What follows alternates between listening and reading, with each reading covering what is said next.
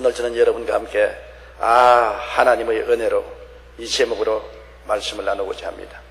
예수님께서는 성경 누가복음 15장 11절로 24절에 탕자에 대한 비유를 설명했습니다.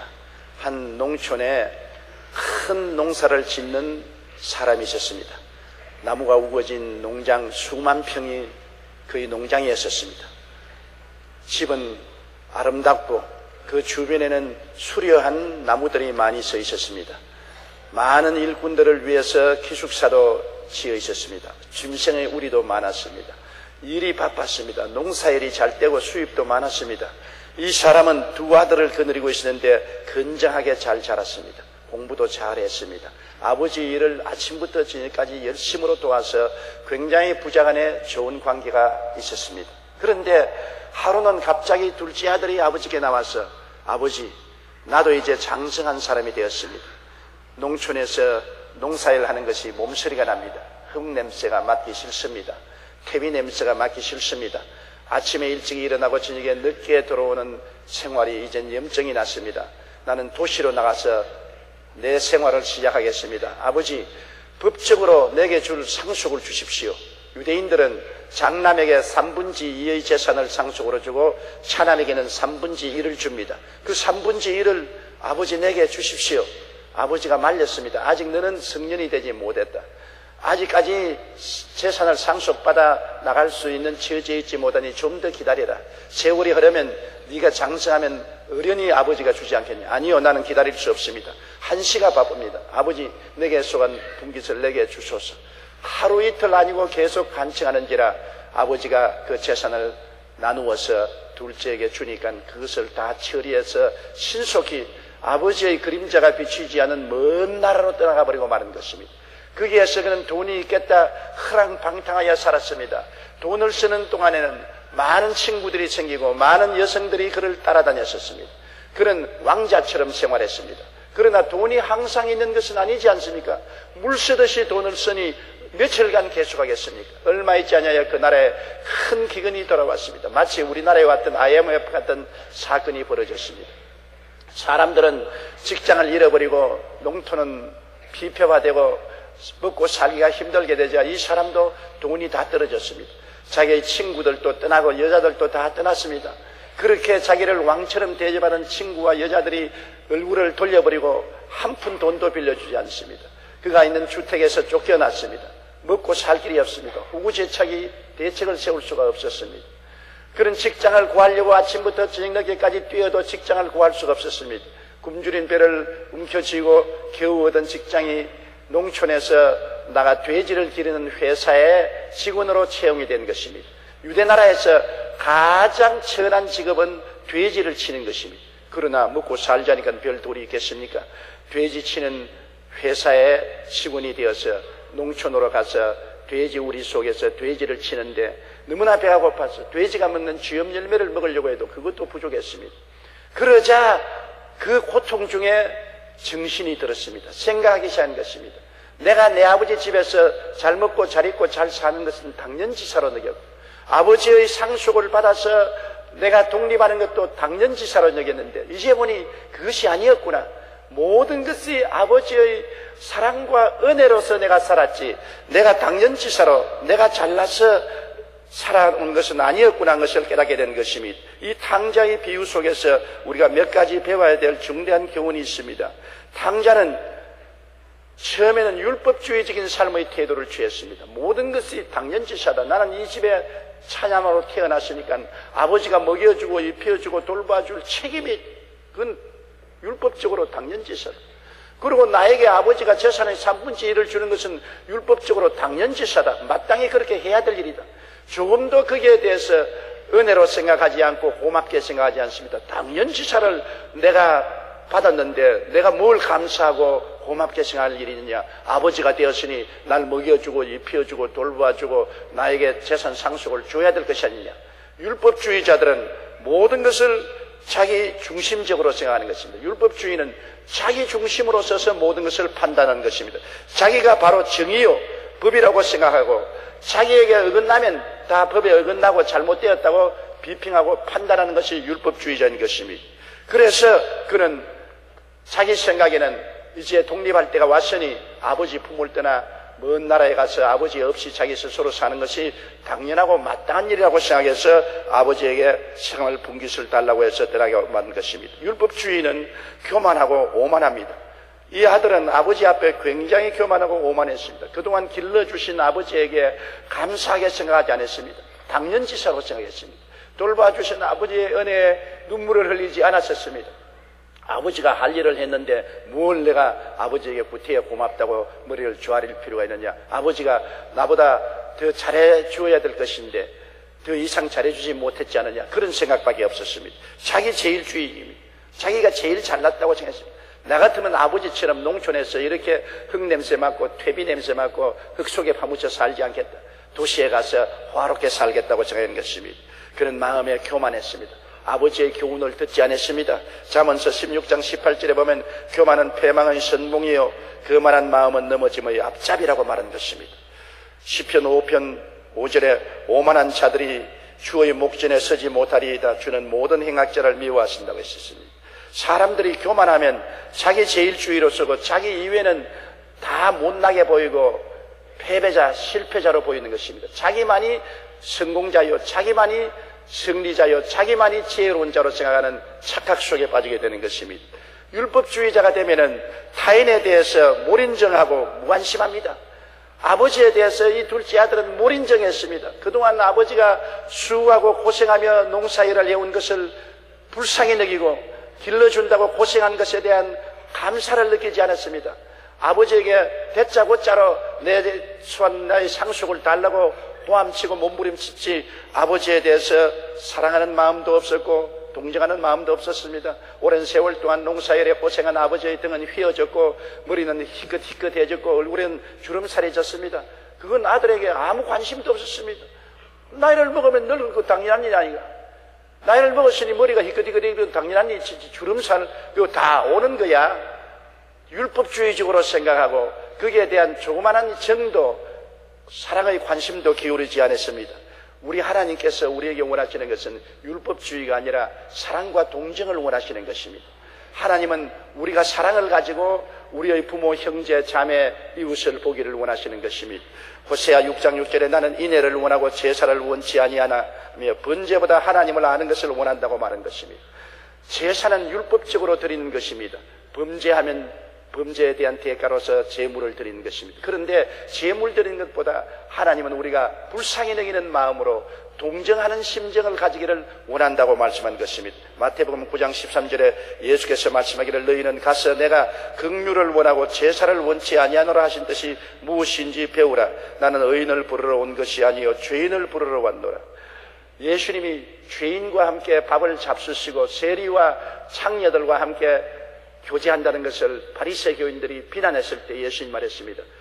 너는 성경에 하나님은 긍휼을 원하고 제사를 원치 않는다는 것을 알아라. 하나님은 이웃을 불쌍히 여기고 동정하는 것을 제사보다 더 원한다는 것을 너희가 알아라. 내가 온 것은 의인을 부르러 온 것이 아니라 죄인을 부르러 왔다. 이렇게 말씀하신 것입니다. 그런데 이 둘째 아들은 율법주의자가 되어서 아버지에 대해서 몰인정하고 무관심했습니다. 아버지에게 대한 조그만한 인정도 사랑도 자비도 갖지 않았었습니다. 율법주의자인 것입니다. 감사할 줄 모릅니다. 율법주의자는 항상 불평만 말하고 감사하지 모릅니다. 자기의 주위와 환경에 감사할 것 많은데 감사할 것은 다 도외시해버리고 언제나 모자란 것, 안 된 것, 부족한 것, 불편한 것만 들어서 불평, 원망, 탄식을 했습니다. 이 둘째는 농촌에서 사는 것이 불만이었었습니다. 아침에 일찍 일어났는데 왜 아버지 마음대로 명령을 내려서 우리 순종에 아침에 일찍 일어나야 되냐. 왜 들로 나가서 농부들을 돌보아야 되고 감시해야 되고 소들을 먹이고 짐승들을 돌보아야 되느냐. 왜 과수원에 가서 전단을 해야 되고 거름을 줘야 되고 열매를 따야 되느냐. 왜 이런 고생을 해야 되느냐. 왜 아침부터 저녁까지 일을 해야 되느냐. 왜 이렇게 수고롭게 살아야 되느냐. 따뜻한 옷 입고 뜨끈뜨끈한 밥 먹고 좋은 집에서 살고 좋은 환경에서 자라는 것에 대해서는 조금도 감사하지 않았습니다. 율법주의자들은 언제나 율법적으로 자기에게 괴롭고 고통스럽고 편안하지 못한 것만 지적해서 불평하는 것입니다. 시편 106편 25절로 27절에 보면 그들의 장막에서 원망하며 야훼의 음성을 듣지 아니하였도다. 이러므로 그가 그의 손을 들어 그들에게 맹세하기를 그들이 광야에 엎드려지게 하고 또 그들의 후손을 뭇백성 중에 엎드려뜨리며 여러 나라로 흩어지게 하리라 하셨도다. 이스라엘 백성이 하나님의 은총을 통해서 광야에서 편안하게 여행을 하면서 가나안 복지까지 나오게 된 것을 고맙게 생각하지 않았습니다. 하나님이 기적으로 썬물이 달아지고 메추라기가 날아오고 만나가 떨어지고 밥에 물이 나오는 것 희귀하고 놀라운 일로 감사해야 될 것인데 오히려 그것을 원망과 불평과 탄식을 합니다.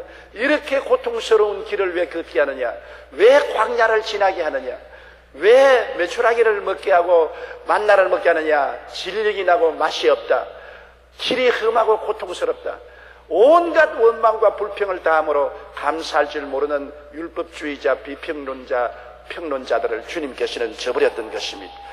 율법주의자들은 감사할 줄을 모르는 것입니다. 그런데 이 율법주의가 깨어질 때가 오는 것입니다. 율법주의는 큰 시련과 고통을 당하면 박살이 나고 자기 중심이 허물어진 것입니다.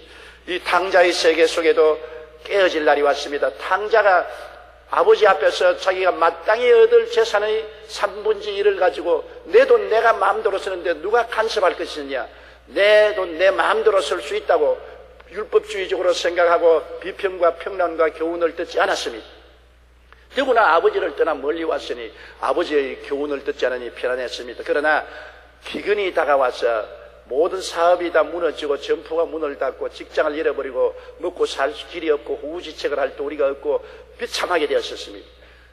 그러니 이 젊은이가 갈 데가 없습니다. 직장을 찾아 하루 종일 허덕여도 직장을 얻을 수 없다가 거의 얻은 것이 저 시골에 가서 돼지를 치는 직원이 되는 것입니다. 가장 천하고 낮은 직장을 얻은 것입니다. 여러분, 잠언서 11장 28절에 자기의 재물을 의지하는 자는 패망하리라고 말했었습니다. 잠언서 23장 5절에 내가 어찌 허무한 것에 주목하겠느냐, 정령의 재물은 스스로 날개를 내어 하늘을 나는 독수리처럼 날아가리라. 재물을 의지하면 언제고 그 재물이 독수리같이 날개를 치고 날아갈 날이 오는 것입니다. 재물은 영원히 우리 곁에 있지 않은 것입니다. 그런데 이 청년은 써도 끝이 없이 재물이 있을 줄 알고 재물을 쓰다가 기근이 다가오니 재물이 다 날아가 버리고 빈손 들고 이제는 우지책을 할 수 없는 비참한 전경에 떨어지게 됐습니다. 포켓도에 손을 넣어봐도 잘랑거리는 돈도 없습니다. 은행에 아무런 후자도 남은 것이 없습니다. 집도 쫓겨났습니다. 입은 옷도 다 낡아졌습니다. 아침 저녁으로 먹을 밥이 없습니다. 그는 비참하게 되었습니다. 시골에 가서 돼지 농장에 들어가서 돼지를 치는데 돼지 쥐염면을 먹으려도 충분히 주지 않습니다. 그는 거기에서 생각하기를, 야, 내가 지금까지 살아온 인생이 당연지사로 알았는데 당연지사가 아니구나. 아버지가 우리를 먹이고 입히고 기르고 돌보아준 것은 아버지로서 마땅히 할 당연지사요. 내가 받을 것 받았다고 생각했는데 그것이 아니구나. 밥 먹는 것이 이렇게 힘드는 줄 몰랐다. 옷 입는 것이 이렇게 힘드는 줄 몰랐다. 잠자리를 얻는 것이 이렇게 힘든 줄 몰랐다. 옛날에 아버지 집에 있을 때는 먹고 마시고 옷 입고 자고 깨고 사는 것은 당연지사로 느꼈다. 그것 가지고 내가 감사하지 않았는데 이것이 얼마나 감사한 일인 것을 저는 깨닫게 되었다. 그런 고통이 다가오자 비로소 눈에 비늘이 떨어지고 율법주의가 떠나가고 아버지 하나님이 베풀어 주신 친아버지가 베풀어 준 은혜와 사랑을 깨닫게 된 것입니다. 당연지사가 아닌 인생을 그는 깨닫게 된 것입니다. 최하로 인생이 낮아지자 비로소 자기가 지금까지 살아온 모든 삶이 은총과 축복으로 살아왔지, 자기가 잘나서 자기가 수고해서 자기 능력으로 자기의 수단과 방법으로 살아온 인생이 아니라는 것을 깨달게 된 것입니다. 나는 어떤 사람의 글을 읽어보았는데 한참 잘 나가는 인생이었습니다. 최고 학부를 나오고 좋은 직장에서 봉급도 많이 받고 모든 사람들의 칭찬을 받고 가족들 가운데도 우상처럼 되었는데 그만 암에 걸렸습니다. 병원에서 진찰하기를 6개월 이상 못 산다는 진찰이 생겼습니다. 그는 모든 것이 캄캄했습니다.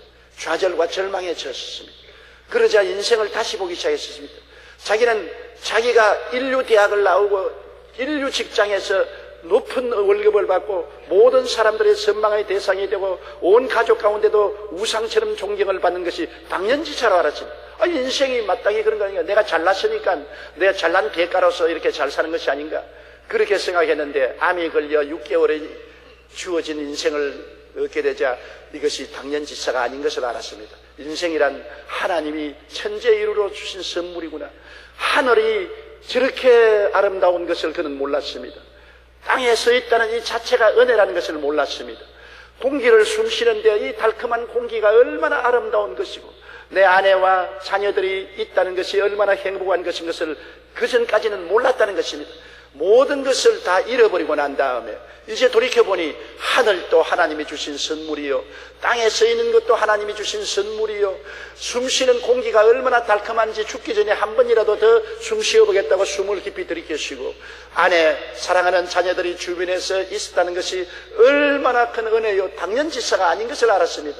그의 글에 그렇게 기록해 놓았습니다. 나는 모든 인생을 내가 마땅히 잘났으니까 내 대가로서 받는 줄 알았는데 내가 죽음을 6개월 앞두고 보니까 모든 것이 내 대가가 아니다.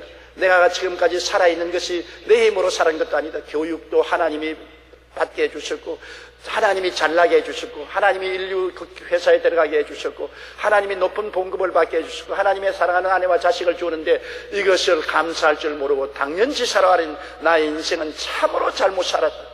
이제 6개월의 세월 동안 나는 잘못 살은 것을 회개하고 모든 것을 하나님이 선물로 주신 것을 뼈저리게 느끼고 감사하며 살다가 가겠다는 그런 글을 읽어본 적이 있습니다.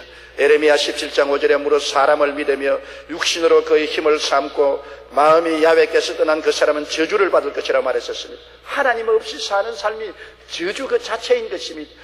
은혜를 모르고 율법주의적으로 자기 중심으로 자기가 잘나서 당연지사로 산다고 생각하는 사람은 인생을 잘못 살아는 사람인 것입니다. 값대기만 핥고 살은 사람인 것입니다. 인생의 진정한 깊이를 모르는 사람인 것입니다. 우리가 이 세상에 태어나서 자라난 것도 하나님께서 어머니를 통해서 우리에게 베풀어 주신 은혜인 것입니다. 부모의 은혜와 사랑을 당연지사로 생각하면 안 됩니다. 교육을 받은 것도 당연지사가 아니지요. 우리가 편안하게 먹고 살고 생활하는 것 당연지사가 아니지요. 북한에 보면 북한에 있는 동포들은 자유와 인권이 없습니다. 예수 믿고 교회도 올 수 없습니다. 우리는 우리의 자유를 누리는 것 당연지사로 생각합니다. 교회에 와서 예배드리는 것 당연지사가 아니냐. 그건 뭐 특별히 감사할 것 있겠는가 생각하는데 자유는 잃어봐야 자유가 얼마나 귀한 것을 알고 예배당을 잃어버려봐야 예배드리는 처수가 있고 예배드릴 수 있다는 것이 얼마나 감사한 것을 깨닫게 되는 것입니다. 인생은 율법주의적인 당연지사에서 깨어나서 모든 것이 하나님의 은혜요 사랑이요 축복이라는 것을 깨닫게 될 때 비로소 인생을 살게 되는 것입니다. 이 청년은 자기 살아온 인생을 되돌아보았었습니다. 지금까지 살아온 길을 되돌아보니까 모든 것을 잃어버리고 난 다음에야 모든 것이 은혜로 주어진 것을 알았습니다. 우리 아버지, 우리 어머니, 우리 농장, 나의 자라난 어린 시절, 그리고 돈을 받아서 허당방탕하게 살은 그 삶, 모든 것이 은혜로서 자기에게 주어진 것이지 자기가 마땅히 누릴 수 있는 자격이 있어 누린 것이 아니라는 것을 깨닫게 되고 비로소 회개하기 시작한 것입니다. 자기가 율법주의로 잘못 살은 죄를 회개하고 은혜를 강구하는 낮은 마음을 갖게 된 것입니다. 스스로 돌이켜 그는 말하기를 내 아버지에게는 양식이 풍족한 품꾼이 얼마나 많은가. 나는 여기서 줄여주는구나. 우리 아버지 집에는 품꾼들이라도 있을 것과 먹을 것과 입을 옷을 받고 풍족하게 산다. 아버지의 은혜로. 그런데 나는 내 힘을 의지하고 내가 잘난 줄 알고 튀어나왔더니 아버지의 은혜에서 끊어진 나 형편은 지금은 쥐염 열매도 얻어먹지 못하는 비극적인 인간이 되었다. 이제는 내 스스로의 잘난 힘으로 살지 못하고 아버지의 은혜가 없이는 못 산다는 것을 그는 깊이 깨달은 것입니다. 고난의 칼바람이 벗기는 율법주의인 것입니다. 율법주의 옷을 단단히 입고 잘난 체하고 자기 중심주의로 남을 비평하고 평론하고 동서로 활개치다가 고난의 칼바람이 불어와서 율법의 옷을 벗겨버리니 자기는 비참한 인간, 은혜가 없이는 살 수 없는 인간인 것을 깨달았습니다. 이 젊은이는 지위도 명예도 돈도 부귀도 다 잃어버렸습니다. 빈손 들게 되었습니다. 빈손 들게 되자 율법주의의 옷은 다 벗겨져 버리고 오직 크게 부각되는 것은 아버지의 은혜와 사랑만이 눈앞에 부각되었습니다. 지금까지 내가 부귀도 영화도 권세도 돈도 옷도 누린 것은 아버지 은혜로서 그렇게 했구나. 내 힘으로 한 것이 아니었구나. 아버지의 은혜에 대한 것을 뼛속까지 느끼게 된 것입니다. 시편 25편 7절에 야훼여 내 젊은 시절의 죄와 허물을 기억하지 마시고 주의 인자하심을 따라 주께서 나를 기억하시되 주의 선하심으로 하옵소서. 젊은 시절에 율법주의가 되어서 철없이 뛰는 모든 죄를 회개해달라고 시편 기자는 외친 것입니다. 우리가 젊었을 때는 너무나 자기 중심주의적이고 자기 이기주의적이고 자기가 잘난 줄 알고 은혜를 생각하지 못할 때가 많습니다. 낭패와 실망을 당하여 모든 것을 다 잃어버리고 돼지 소굴로 낮아지고 주염 열매를 먹게 될 때 비로소 자기는 아무것도 아니요 오직 살아온 것이 은혜로서 살아온 것을 그때야 깨닫게 되는 것입니다. 시편 71편 20절에 우리에게 여러 가지 심한 고난을 보이신 주께서 우리를 다시 살리시며 땅 깊은 곳에서 다시 끌어올리시리이다. 고난을 통해서 우리의 잘못을 깨닫고 깨어지고 비로소 은혜를 깨닫게 될 때 하나님은 은혜를 베풀어 주시는 것입니다. 옥스퍼드와 캠브리지 대학 교수로 많은 기독교 서적을 집필한 C.S. 루이스는 많은 사람들에게 꿈과 소망을 주었습니다. 한 번은 루이스 교수가 옥스퍼드 채플에서 설교를 하고 나왔을 때 어떤 젊은이가 그에게 다가와서 이렇게 물었습니다. 선생님, 신이 살아 계시다면 설명할 수 없는 고통이 이 세상에 왜 이다시도 많습니까? 루이스 교수는 이렇게 대답했습니다. 젊은이, 이 세상을 살아오는 사람들이 그러지 않아도 오만하고 교만한데 고통마저 없었다면 얼마나 교만하겠는가. 고통은 기먹은 사람들을 깨워주는 하나님의 확성기라네. 맞았습니다. 고통이 없었다면 이 세상 사람들이 얼마나 오만하고 교만하고 율법주의적으로 자기 중심에 서서 기고만장하고 살지 않겠습니까? 그런데 고통이 와서 그들을 깨뜨림으로 율법주의에서 허무너지고 깨어지고 은혜를 찾게 되는 것입니다. 사람들은 고통이 와야 자신의 삶을 돌아보고 하나님을 찾습니다. 탕자는 기근이 왔을 때 자신의 삶을 돌아보고 생각을 하게 되었습니다. 그리고 자기 중심적인 율법주의적 삶을 버릴 수가 있는 것입니다. 고난으로 낮아질 때 은혜의 눈이 뜨이는 것입니다. 오늘날 좋은 집에서 호의호식하고 편안하게 학교 공부를 하고 편안하게 직장 생활을 한 사람은 은혜를 모릅니다. 기고만장합니다. 자기 중심적으로 자기 힘으로 모든 것이 자기가 할 수 있다고 생각하는 것입니다. 그러나 고난이 다가와서 고난의 칼바람이 모든 율법의 옷을 벗겨버리면 낮아지고 깨어지면 은혜의 눈이 뜨이는 것입니다. 고난이 우리 눈을 뜨게 만드는 것입니다. 고난이 다가오기 전에는 은혜의 눈은 뜨이지 않습니다. 고통으로 나의 무력함과 무능력함과 비참함과 나의 존재의 허약함을 깨닫게 될 때 눈앞에 은혜의 시선이 다가오게 되는 것입니다. 많은 고통을 당한 사람이 은혜를 깊이 느끼게 되는 것입니다. 고난의 깊은 곳을 아는 사람은 은혜의 깊은 것도 깨달아 알게 되는 것입니다. 그러므로 이 세상에 우리가 살면서 크고 적은 고난 당하는 것을 원망하지 말아야 되는 것입니다.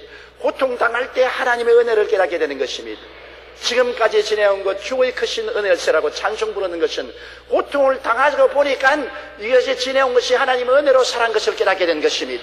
고통 당하기 전에는 당연지사로 먹고 입고 살았는 줄로 생각했는데 고통을 당하고 보니까 있는 것 다 빼앗기고 보니까 지금까지 살아온 것이 그 하나님의 은혜로 살았구나 하는 것을 비로소 깨달아야 되는 것입니다. 은혜의 눈은 고통을 통해서 비로소 열리게 되는 것입니다.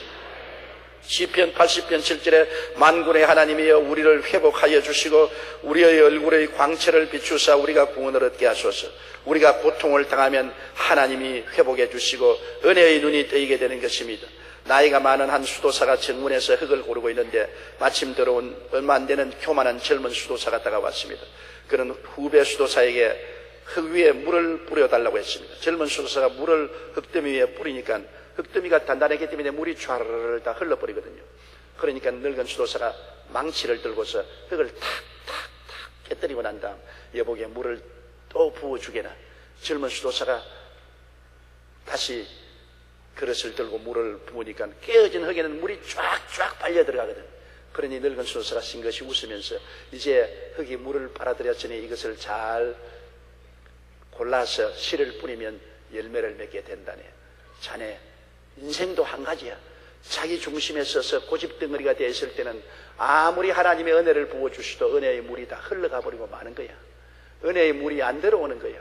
그러나 인생고를 겪어서 깨어지고 부스러지면은 하나님의 은혜가 스며들어와서 열매를 맺게 되는 것일세. 그런 교훈을 했습니다. 맞았습니다. 우리가 자기 중심에 서서 딱딱한 헐떡거리같이 되어 있으면 하나님의 은혜가 하늘에서 아무리 쏟아져도 전부 다 흘러가 버리고 속에 들어오지 않습니다. 깨어지고 분들어지고 가루가 되면은 은혜가 다 스며들어와서 열매를 맺을 수 있는 좋은 옥토가 되어버리고 마는 것입니다. 은혜는 한이 없이 겸손하게 만듭니다. 은혜를 받으면 사람이 겸손해져요. 율법주의자는 고개를 들고서 흔들어져 됩니다. 날 좀 보소, 날 좀 보소. 내가 얼마나 잘났습니까? 동지 섰달고 본 듯이 날 좀 보소. 내가 잘났지요. 그러고 난 다음 자기 중심으로 남을 평판하고 비평하고 자기 제일주의로 살고 감사할 줄 모르고 오만한 것입니다. 그러나 이 율법주의가 깨어지면, 은혜를 깨닫게 되면은 한없이 낮아집니다. 내가 내된 것은 은혜로 되었구나. 내가 내된 것은 내 힘으로 된 것이 아니라 우리 아버지 은혜로, 우리 어머니 은혜로, 우리 선생님의 은혜로, 우리 형제들의 은혜로, 무엇보다도 내가 내된 것은 하나님의 은혜로 되었으니 내가 자랑할 것이 무엇이 있겠느냐. 내가 아침에 일어나고 저녁에 누울 수 있는 것도 하나님의 은혜요. 일용할 양식을 얻는 것도 하나님의 은혜요. 명예와 지위를 얻은 것도 하나님의 은혜요. 돈벌이를 하는 것도 하나님의 은혜로다. 하나님의 은혜를 깨달으면 한없이 겸손하고 낮아지는 것입니다. 그렇게 고개를 흔들어 제끼던 그 고개가 사라져버리고 마는 것입니다. 깊이 고개를 숙이고 허리를 숙이게 되는 것입니다. 잠언서 28장 13절에 자기의 죄를 숨기는 자는 형통하지 못하나 죄를 자복하고 버리는 자는 불쌍히 여김을 받으리라. 은혜를 받으면 모든 잘못을 회개하고 자복하고 낮아지고 겸허하게 되는 것입니다. 야고보서 4장 6절에 그러므로 일러시되 하나님이 교만한 자를 물리치시고 겸손한 자에게 은혜를 주시는도다. 겸손하니까 은혜를 받고 은혜를 받으니까 더욱 겸손해지는 것입니다. 그런데 하나님은 은혜를 깨달은 사람에게 은혜를 주시는 것입니다. 은혜를 깨닫지 못한 사람에게 은혜를 주어봤자 은혜는 다 흘러가버리고 마는 것입니다. 소용이 없어요. 깨어지고 은혜를 아는 사람에게 하나님은 은혜를 퍼부어 주시는 것입니다. 그렇기 때문에 시험과 환난이 다가와서 지위도 명예도 권세도 돈도 건강도 다 잃어버리고 난 다음에야 하나님의 은혜를 깨닫게 되고 부르짖으면 그때야 하나님의 은혜를 퍼부어 주어서 우리가 변화된 사람이 많습니다. 처음부터 은혜를 받는 사람은 없습니다. 사람들은 아담 자손으로 태어난 사람은 다 정도의 차이는 있지만은 율법주의로 태어나서 모든 것을 당연지사로 생각하고 감사하게 생각하지 않고 교만하고 오만합니다. 고난과 시련을 통하여 깨어지고 난 다음에야 은혜를 알게 되고 은혜를 알고 낮아지면 그때부터 하나님은 낮아진 정도를 따라서 은혜를 퍼부어 주시는 것입니다. 이 탕자가 비로소 돼지 굴에서 쥐염 열매를 먹다가 아버지의 은혜를 깨달았습니다. 모든 것이 아버지의 은혜로 내가 살았구나. 소년 시절, 청년 시절 아버지의 은혜로 살았고 내가 재산을 얻어온 것도 아버지의 은혜로 얻으러 와서 살았구나. 모든 것이 아버지의 은혜구나. 아버지의 은혜를 생각하자 자기는 낮아지고 아버지가 돋보였습니다. 아버지가 높이 보이고 감사하고 아버지를 찬양하게 된 것입니다. 낮아지고 은혜가 낮아지니까 이제는 아버지께로 찾아가자.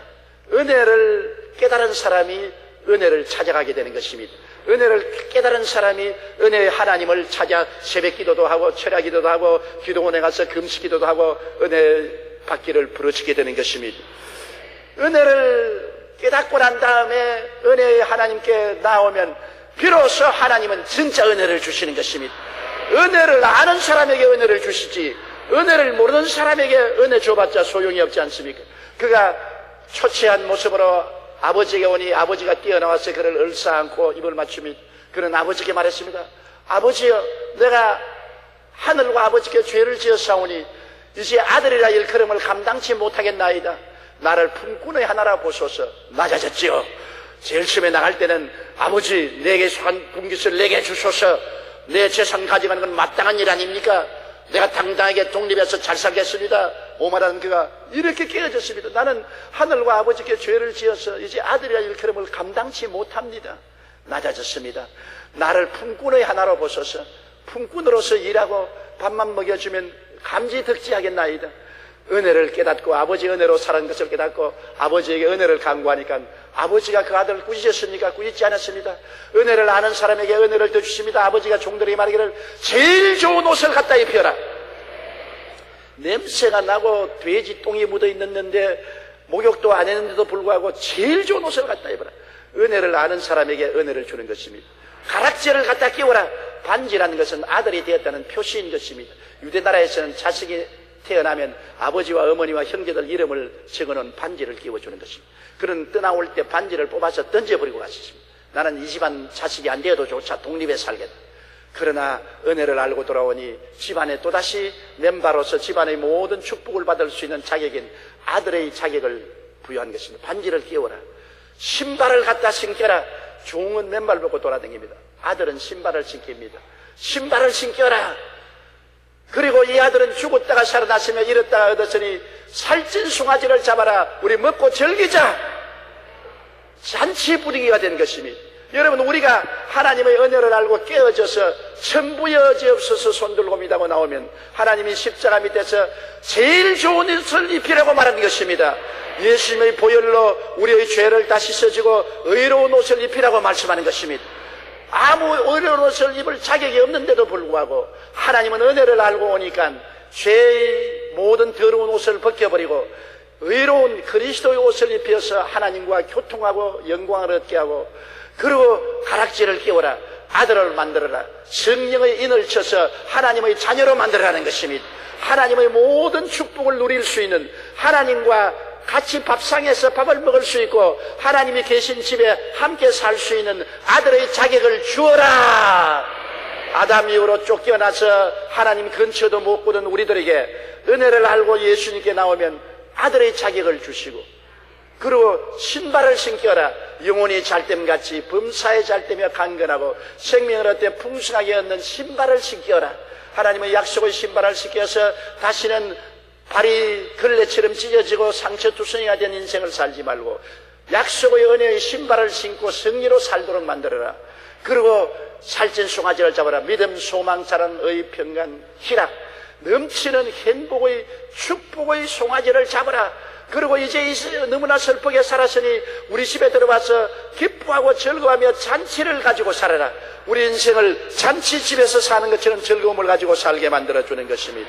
은혜를 깨닫게 되면 하나님께서 우리에게 넘치는 은혜를 주어서 은혜의 축복 속에 살게 만들어주는 것입니다. 율법주의적인 자기가 깨어진 사람만이 예수님의 십자가의 은혜를 깨닫게 되고 믿고 감격하고 변화받게 되고 천국 백성이 되는 것입니다. 율법주의적인 자아가 깨어지지 않은 사람은 예수 그리스도의 십자가의 은혜를 찾지도 않습니다. 은혜도 구하지 않습니다. 인본주의로 서서 자기가 잘난 줄 생각하고 자기의 힘과 자기의 능력으로 내가 하고 살게 되는 것입니다. 이 율법주의로 사는 사람은 영원히 은혜를 맛보지 못하고 멸망으로 떨어지고 마는 것입니다. 그러나 깨어지고 환난을 당하고 시련과 고통을 당하고 율법주의가 깨어지고 자아가 깨어진 사람은 율법의 비늘이 떨어지고 은혜의 눈을 뜨게 되는 것입니다. 어느 자식이고 부모의 은혜를 생각하게 되면 하나님의 은혜를 받을 수가 있는 것입니다. 스승의 은혜를 생각하면 그는 성장하고 지식적으로 발전할 수 있는 것입니다. 은혜를 생각하고 은혜를 감격하면 마음이 겸손해지고 낮아지고 그런 사람에게 하나님이 은혜를 떼어주시는 것입니다. 우리가 인생을 살면서 깨어진 목사, 깨어진 장로, 안수집사, 권사, 집사님, 지역장, 구역장, 평신도 여러분, 깨어진 사람이 되어서 내가 하나님의 은혜로 지금까지 내렸구나. 내가 내린 것은 내가 힘으로 된 것이 아니구나. 내가 잘나서 오늘날까지 살아온 것이 아니라 하나님의 은혜로 오늘날까지 살아왔구나. 저 하늘도 하나님의 은혜요, 땅도 하나님의 은혜요, 시간도 공간도 하나님의 은혜요, 내 생명도 하나님의 은혜요, 내 아내도 하나님의 은혜요, 내 자식도 하나님의 은혜요, 나의 직장도 하나님의 은혜요, 나의 일용할 양식도 하나님의 은혜요. 그러면 하나님께 무한한 감사가 이루어지고 무릎을 꿇어 감사하게 되고 겸손하게 되는 것입니다. 은혜를 받으면 받을수록 낮아지고 겸손해지는 것입니다. 은혜를 받지 않은 사람이 겸손하지 않고 교만하지, 은혜 받은 사람은 낮아지고 오직 하나님께 영광을 돌리고 하나님께 의지합니다. 이런 사람이 하나님께 나오면 하나님은 예수 그리스도의 십자가를 통해서 우리에게 예비한 모든 은혜를 퍼부어 주시는 것입니다. 용서와 의의 옷을 입혀라. 거룩하고 성령 충만을 주어라. 치료와 건강을 주어라. 아브라함의 복과 형통을 주어라. 부활 영생 천국을 주어라. 영혼이 잘되고 범사에 잘되며 강건하게 만들어 주어라. 태가신 족속으로 만들어라. 왕같은 제사장으로 만들어라. 거룩한 나라로 만들어라. 소유된 백성으로 만들어라. 마음의 기쁨을 충만히 해서 잔치집같이 생활하게 만들어라. 은혜는 우리 인생을 잔치집에서 살게 만들어주는 것입니다. 우리는 정말 내 마음속에 하나님과 더불어 기쁨을 가지고 우리 가정에서 내 소속한 기관에서 기쁨의 전도자가 되어 줄 수 있는 것입니다. 이 새해에는 여러분 깨어져서 은혜를 깨닫게 되시기를 바랍니다. 은혜를 보는 눈을 얻게 되시기 바랍니다. 은혜를 받으면 받을수록 내가 겸손해지는 것입니다. 내가 낮아지고 겸손해졌거들랑 내가 은혜를 받은 줄로 아십시오. 더 낮아지고 더 겸손해지면 정말 은혜의 사람이 된 줄 아십시오. 은혜의 사람이 부르짖음에 하나님은 은혜의 하나님이 응답하여 주시는 것입니다. 은혜의 사람이 부르짖음에 십자가에서 예수님은 못자국인 손으로 우리에게 은혜를 베풀어 주시는 것입니다. 인생의 승패는 은혜를 알고 은혜를 받는 데에 있는 것입니다. 율법주의자는 자기도 망하고 이웃도 망하고 영원히 멸망당하고 말 것입니다. 오직 살아남는 자는 은혜를 알고 은혜를 받고 은혜를 나누는 사람이 영원히 살아나고 천국에서 영생을 누리게 되실 것입니다. 우리 고개 숙여 기도드리겠습니다. 사랑이 많으신 우리 아버지 하나님, 탕자가 은혜를 모르고 율법주의에 있어서 당연지사로 생각하고 아버지의 은혜도 어머니의 은혜도 당연지사고 자기가 잘 먹고 잘 입고 잘 사는 것도 당연지사고 상속을 받는 것도 당연지사로 살고 율법주의로 써서 자기 중심에 써서 자기 잘난 줄 알았다가 큰 기근을 당하여 깨어지고 부스러지고 문드러지고 난 다음에는 자기가 얼마나 비참한 존재요, 자기의 수단과 방법과 노력으로는 아무것도 할 수 없는 것을 깨닫고 아버지의 은혜를 깨닫고 어머니의 은혜를 깨닫고 이웃의 은혜를 깨닫고 하나님의 은혜를 깨닫고 낮아지고 깨어지고 은혜의 하나님, 은혜의 아버지께로 돌아오며 은혜 위에 은혜를 하나님이 주신 것을 우리는 기억합니다. 아버지여, 은혜를 모르는 사람에게 아버지는 은혜를 주시지 않사옵니다. 은혜를 아는 사람에게 은혜를 퍼부어 주십니다. 내 아버지 하나님, 우리 마음속에 율법주의적인 잔재가 남았으면 환난과 시험을 통해서라도 깨뜨려 주시옵소서. 환난과 시험의 칼바람이 불어와서 율법주의의 옷을 다 산산조각으로 결단내어 주시옵소서. 우리가 깨어져서 낮아지고 은혜의 눈이 뜨이게 만들어 주시옵시고 은혜로서 낮아지고 겸허해지고 은혜의 하나님께 담대히 나가서 은혜 위에 은혜를 받아 영혼이 잘됨같이 범사에 잘되며 강건하고 생명을 얻되 넘치게 얻어 평생을 잔치상에 살게 도와주시옵소서. 예수님 이름으로 기도드리옵나이다. 아멘.